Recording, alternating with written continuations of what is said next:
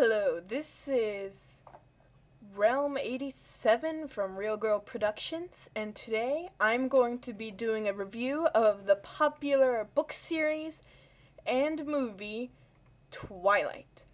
Now, I've seen a lot of reviews on Twilight done by guys when they're bashing it, and I haven't seen really any reviews done by girls.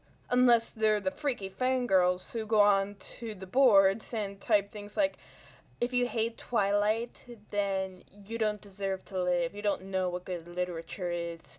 And oh my god, Edward Cullen is so hot. And all that junk. But I'm going to do it from not only a real girl's point of view, but a smart girl's point of view of Twilight.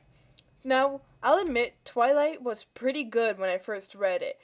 And I didn't have any problem with it. I mean, it was a good show when you didn't feel like watching TV and rotting your brain with that, or if you had a really short attention span. Now, the first problem I have with Twilight is how they define the vampire. Now, I've been a big fan of vampires for a long time, probably longer than Twilight's been out. Me and my friends have. And I have to say, Alucard from Helsing is a real vampire.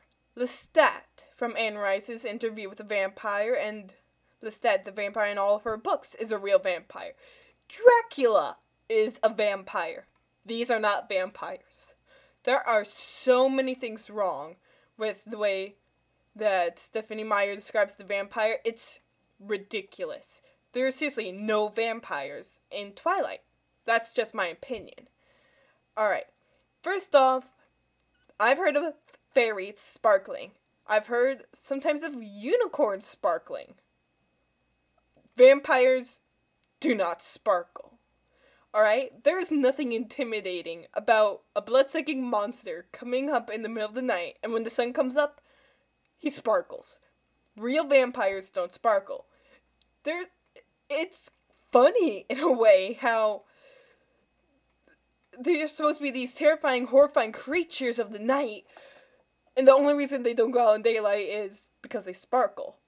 They probably don't sparkle because, well, it's not intimidating and people would laugh in their faces. And second off, real vampires, in every version of the vampire I've heard of, has fangs. That's like signature for almost every vampire. And what I don't understand is why these Twilight vampires do not have fangs. It's just like having a regular human bite into your arm. I mean, there's something about the fangs that makes them more terrifying creatures, the monster, so that they're not human. They're not human.